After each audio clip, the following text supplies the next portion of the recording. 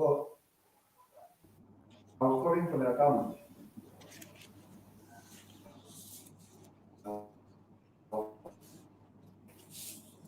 So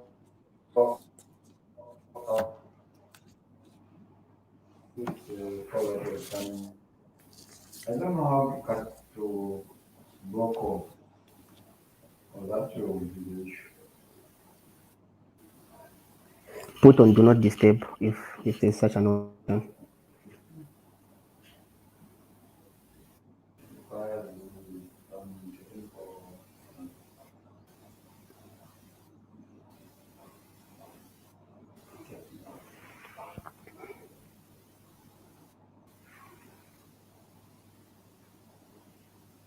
Checking for so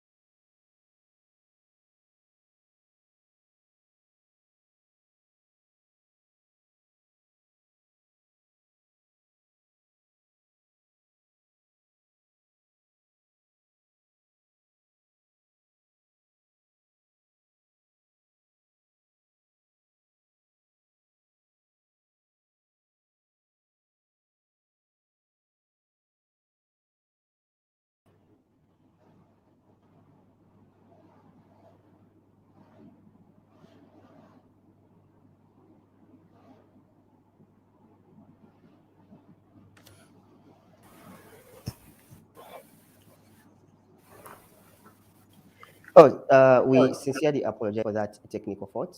This was due to the bad network that we had. We hope everything is now okay. Yeah, so before starting the show, we just have to give you a reminder of where we're coming from rather, as far as COVID is concerned. So COVID-19 hit Zambia in late rather 2019, and it's been like 2 years now. Yes, yeah. Well, we can say that life has been so challenging, looking at the different aspects that they faced, talking of economics, talking of social life and whatnot. This is the Health Insaka live show, and today we are looking at, we are reflecting rather on COVID-19.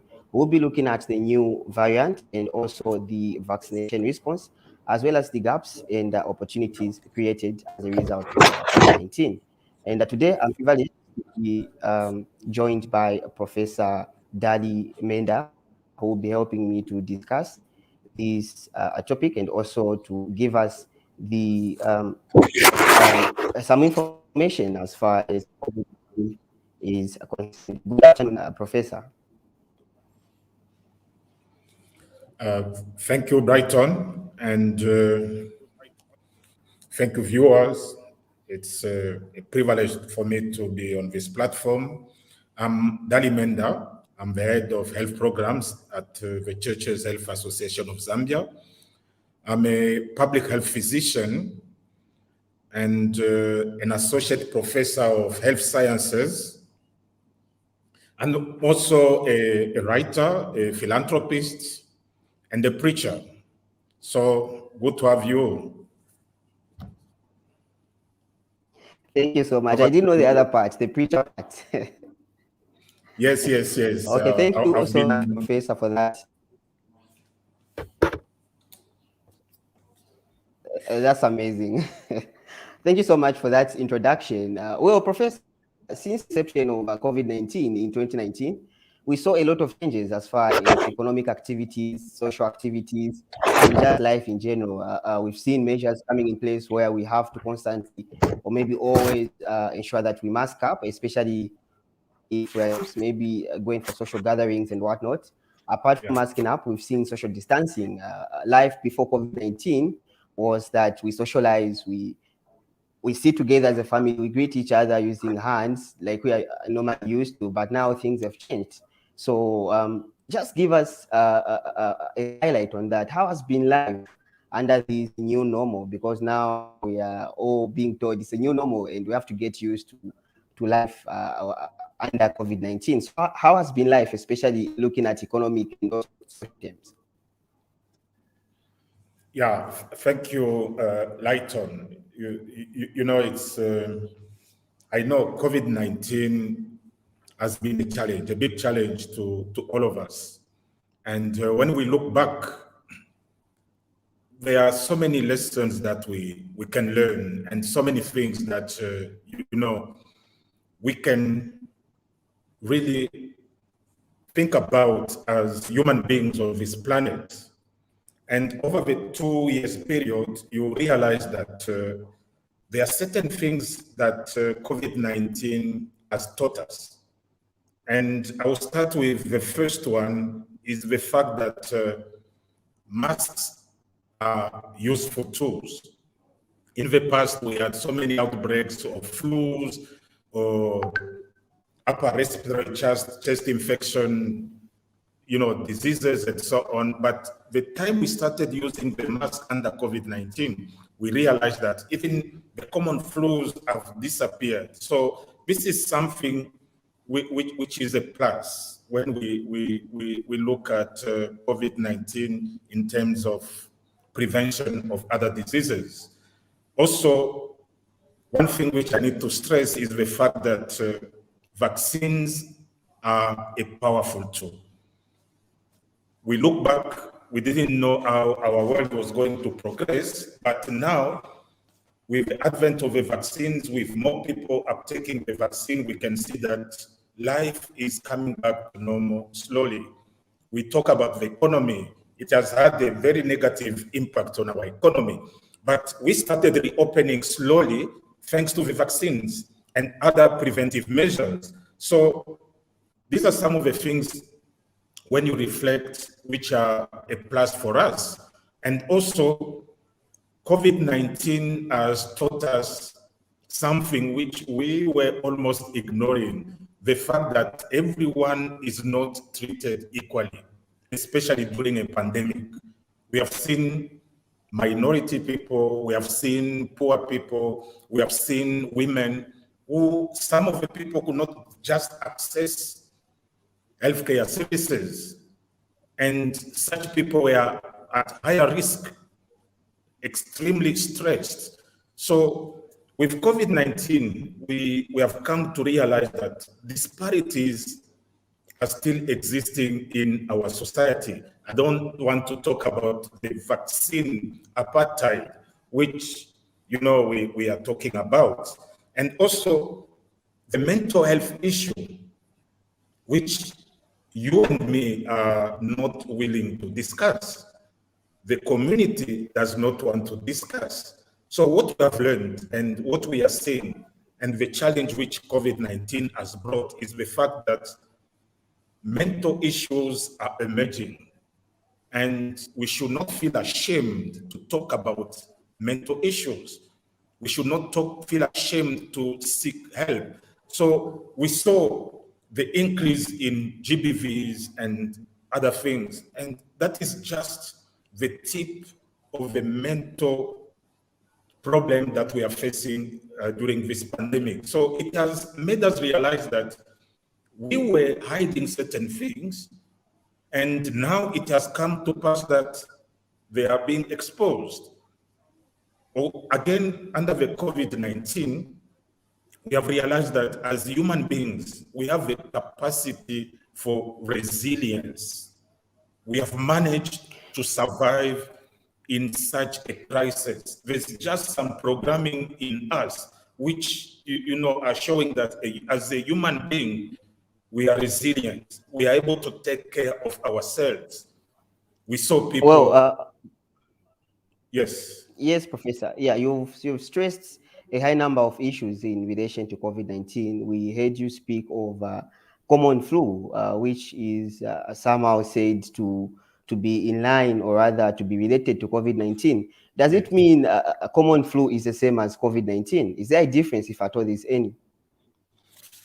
Yeah, what I can say light on is the fact that common flu, COVID-19, they're all caused by what we call viruses.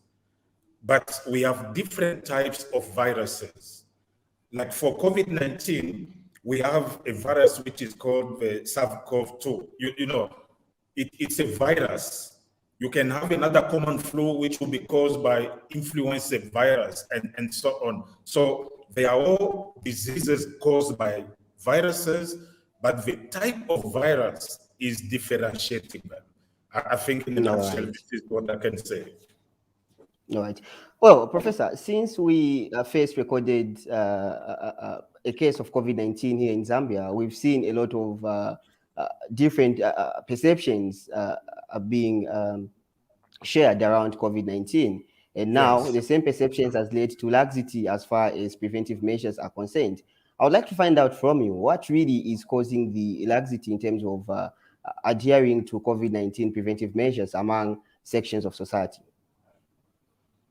Yeah, thank you. That's a very pertinent question and very important question.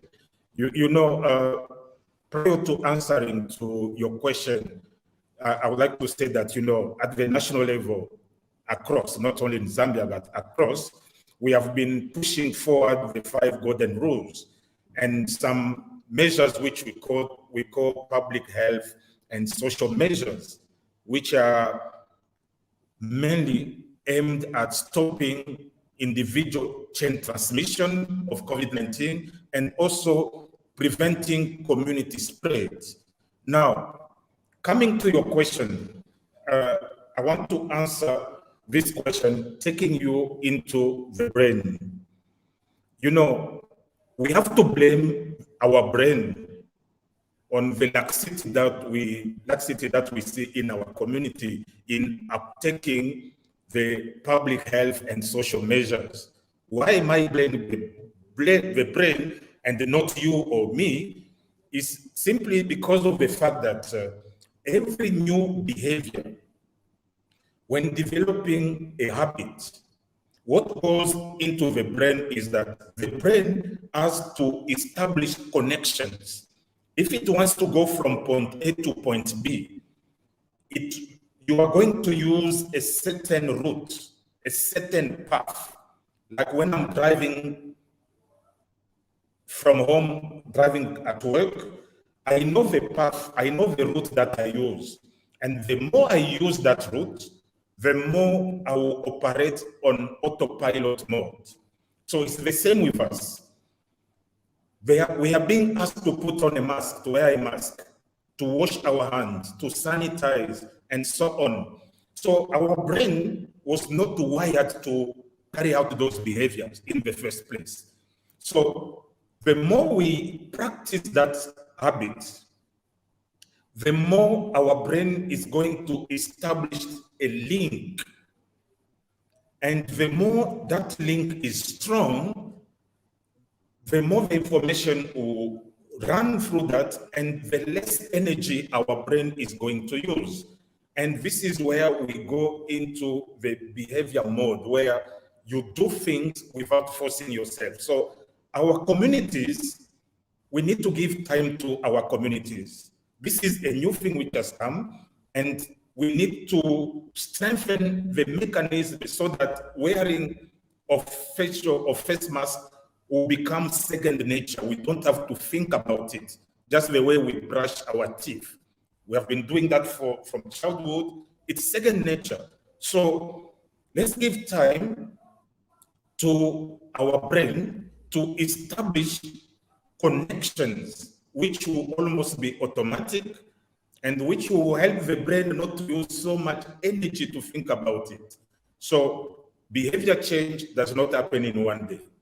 It takes time. I don't want to blame the community. So, Professor, Yes.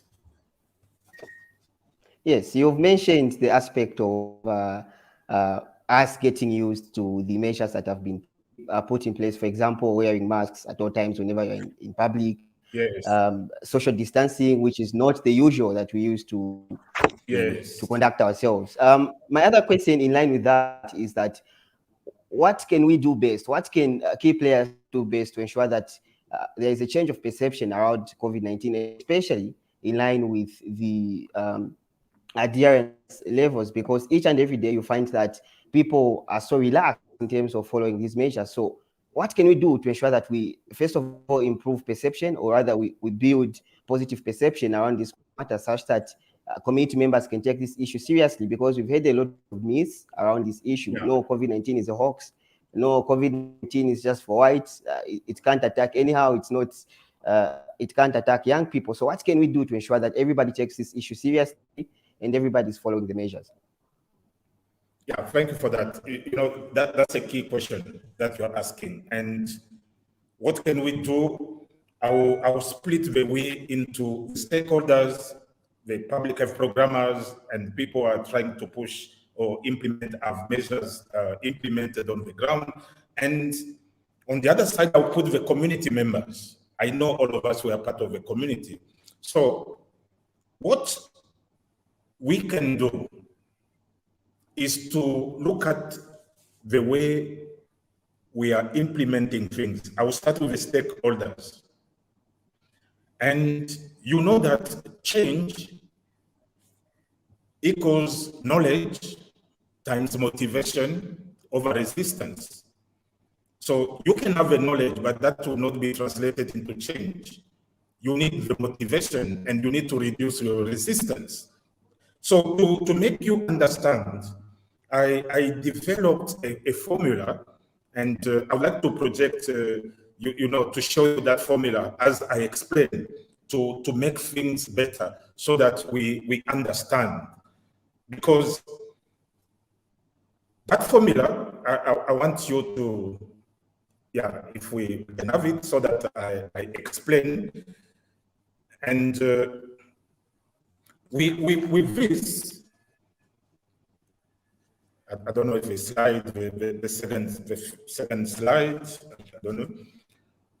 What I want to show on the second slide of this presentation is that behavior change goes with understanding that we are at different levels of change.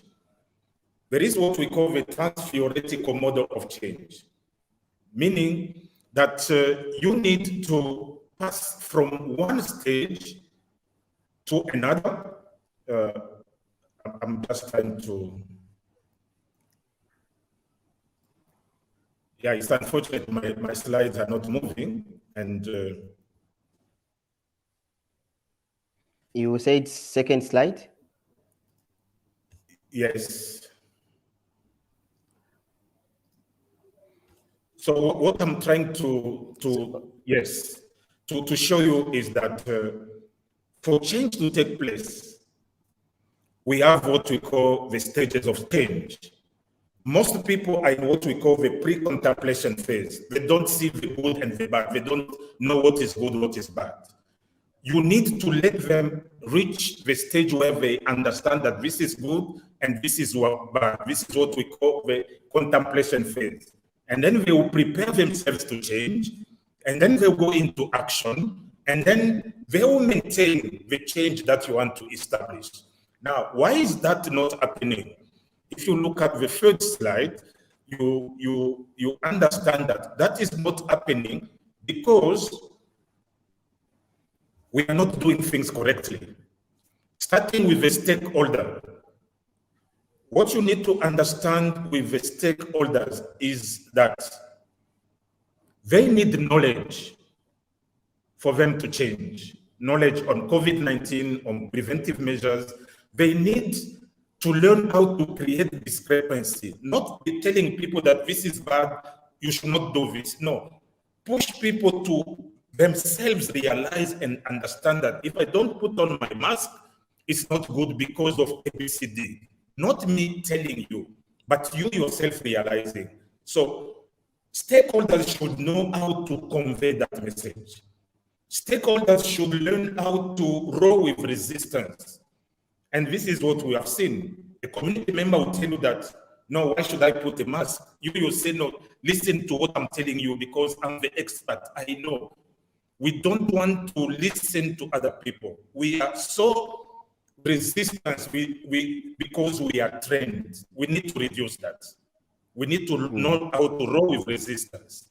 And we should be able to evoke, meaning let the community dig within themselves, bring up solutions which they will implement and adhere to. And at the end of the day, yes. So Yes, Professor. Yes, right on. Yeah, so the points you've mentioned, you've just made me realize that we actually critically need such information, because now we are advocating for people to get vaccinated to ensure that we, first of all, prevent COVID-19 and also ensure that it does not spread at a level where we cannot contain it. And also, Yes. In those lines, we've realized that there's a lot of perception, there are a lot of myths around the issue of vaccines. We've heard people saying, no, vaccines are not effective, vaccines are meant to kill people and whatnot. So my question is, how does a vaccine work, Professor? And if at all I've had COVID-19 before, do I still need to get vaccinated? Is it important for me to get vaccinated despite me having COVID-19 before? And if I've had COVID-19 before, does it mean I'm immune to COVID-19? Yes, Lyndon. People need to be vaccinated. And this is why we're having this discussion, because they should have that knowledge that vaccine is very important, and they should know that they can do it, and they should be motivated to go and be vaccinated and reduce the ambivalence, the doubt between, it's like you are standing on a line. You don't know which route to go. So that we need to minimize. If you suffered from COVID-19 and you recover and you don't have major signs and symptoms, yes, you need to go and get vaccinated, because by doing so, it's going to boost your immune system and you'll be able to resist more to any attack or when you are exposed to the virus. So it's very important to get vaccinated. Now, how does the vaccine work? That's a great question. That's a great question. And what we need to realize, I will try to give you an example of the AstraZeneca vaccine. The way it works, and this is where we have not done justice to our communities, because we ask the communities to go and get the vaccine, but we don't tell them what the vaccine is doing in our body. This is what the gap is. what the community needs to understand, and that will change and will show result on the ground, is that, number one, for the AstraZeneca vaccine to go into our body, the scientists needed a sort of a vehicle in which to put that spike, that part of the the virus into that vehicle so that they push it through the injection in our body. Now, to do that, they needed a vehicle, and that vehicle is nothing else but the chimpanzee adenovirus. And once they put the SARS-CoV spike DNA in that virus, they will inject it into the human. Why are we using the chimpanzee adenovirus vehicle? It's because if we use the human adenovirus, we would have maybe suffered from that virus some time back and developed antibodies. It was going to kill it. That's why we are using the chimpanzee adenovirus, because a human being cannot suffer from a chimpanzee disease. So that when it goes into the cell, our immune system, our antibodies, our soldiers will not kill it. And when it enters, it's a DNA. And when it enters the cell, it will not mix to our human DNA. No, it cannot mix. And this is where people are saying that, no, I will become a chimpanzee. It's because they don't understand that. And from that time, it's going to replicate the spikes. Those are the points you see on top of the virus. It's going to replicate such things, which will go on our human cells. And our soldiers, our cells, will try to fight and kill, thinking that these are SARS-CoV-2 viruses. By doing that, we are producing antibodies. Our body is learning to recognize the foreign body, and that's how we develop our immune system, our immunity. So what is confusing people is the fact that because of a vehicle which was used to put the vaccine in our body, we are going to change into chimpanzees. And the other fear is that that spike DNA is going to mix with our DNA, and we are going to be hijacked, and the people will be controlling us. So if we were able to explain to our communities how the vaccine works in our body in simple ways, very few people oppose the vaccine, I can guarantee you. So in a nutshell, this is how the vaccines are working.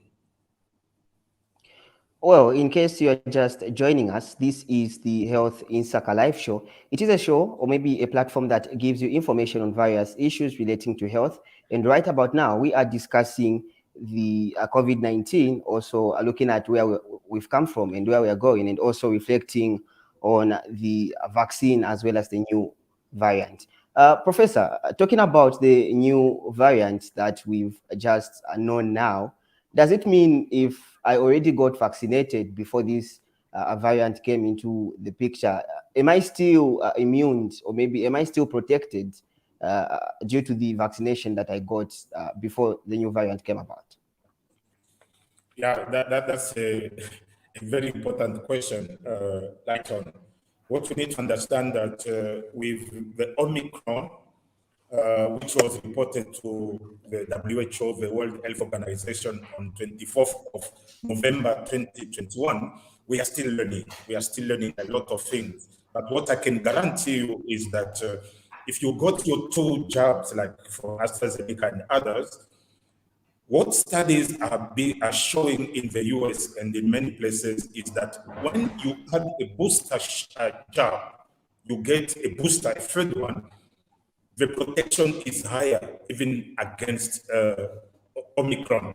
So this is what we are learning. We are still learning. There are a lot of things which are still unknown, but the current vaccination is protective, but the levels of protection are varying. We are still investigating that one. But One thing I can tell you that face masks are offering protection against all the variants. Delta, Omicron, you name it, masks are very effective. So the vaccine is effective. You get the booster jab, your immunity goes up, you are protected. So these are some of the things with the Omicron, we are still learning, frankly speaking. Okay, thank you, Professor. Well, this takes me to my other question as we are about to conclude. So we've seen a lot of misinformation, like I mentioned, and also different perception or misconceptions around COVID-19. So what is the best way that all stakeholders can do to ensure that we address misinformation and also misconception around COVID-19, and also ensure that we encourage more people to adhere to measures and also encourage more people to ensure that they get vaccinated? Yeah, I think that's a great question. There's a lot that we need to do. And for me, we need to be guided by what is called the Communicators Roadmap. You know, if I want to go from point A to B, a place where I don't know, I use my GPS on my phone. I will enter my final destination, and the GPS will guide me. The navigation will tell you turn left, turn right, and so on. But it has to know first where I am. So what we need to do is to first know where our community members are in terms of knowledge, because we cannot use a one size fits all. No. A young person will be different from an adult, from a child, a school-going boy or girl. So that is key. And once we know where we are taking the people, we use the Communicators Roadmap, which has 4 dimensions. And that map look at the emotional connection and the evidence-based, content. When conveying our messages, the challenge that we have had is we are not inspiring people. We are not speaking to the emotions of people. We give statistics, we give graphs, we give numbers, but numbers speak to the brain, they don't speak to the heart.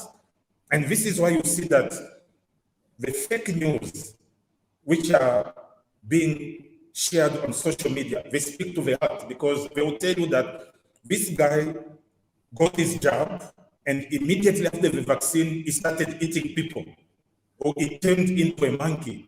And you will start imagining what went on, and that will speak to your heart. So what we need to do is to learn when to inspire people. It means to persuade people. We should learn when to direct people, meaning give information which they need now, must have 5 golden rules and so on. We should learn when to inform people through policies, through guidelines, and to entertain through music and other venues, movies. So you realize, Lighton, that we have done very well in terms of directing people. It means low emotion, but very rich in content. We have done very well. We have done very well in terms of producing policies and guidelines. We have done poorly in telling stories. Lighton, I can guarantee you, if I ask you about Animal Farm, you still remember it. If I tell you the Good Samaritan. How did you know? Yeah, because it's a story. It's a story. We are wired to remember stories because they generate emotions in us. And we can't forget stories, even we learned in grade 1. So if we can tell stories around COVID-19, which are showing how this hero, Zina, entered the human body. Sorry to cut you short, Professor. I'm just Yes. being reminded that time is not on our end, Yeah. on our side rather. So it may be Let's concluding. Let's tell stories. In maybe concluding, Professor, in less than 30 seconds, I would like you to maybe comment as people are preparing for the festive holidays, Christmas and New Year. What can we do, even as we are celebrating, to ensure that we don't ensure that we don't drop our guard as far as preventive measures are concerned, and as far as celebrating carelessly, because we know that at the end of it all, we'll still be under the new normal. So what is your comment on that? And what can you say to the people as we are preparing for Christmas and New Year celebrations? Thank you. For me, the message is clear. Observe the 5 golden rules, get vaccinated. Period. Period. Get vaccinated. People should get their jobs, and people should observe the 5 golden rules. Celebrations are just temporal, but we don't want to find you in ICU under a ventilator. Observe the 5 golden rules, get the job, and COVID will be something of the past. Thank you so much, Professor, for the information and for being part of this show. I personally have learned a lot, and also it is good to know that people should ensure that we all get vaccinated, because we are still under the new normal, and we can only defeat COVID-19 as soon as we get vaccinated and as soon as we follow the 5 golden rules. And remember, this has been the Health Insaka Live show, and we were reflecting on the COVID-19. Also, we were reflecting on the vaccine, as well as the perception around COVID-19, the gaps, and also opportunities that COVID-19 has created. Remember, this show has been brought to you by Zambian Youth Platform under the Youth COVID-19 Response Project. And this has been Lighton Nyirongo anchoring the show. And on the other end, I was joined by Professor Menda. Thank you so much. And it is good to have you on the show, Professor. Thank you, Lighton. The pleasure was mine. Hope that you are vaccinated. Yes, I am, fully. Until next time, from me and the entire team, it is goodbye, stay safe, get vaccinated, and enjoy your festive holidays. Thank you. God bless you.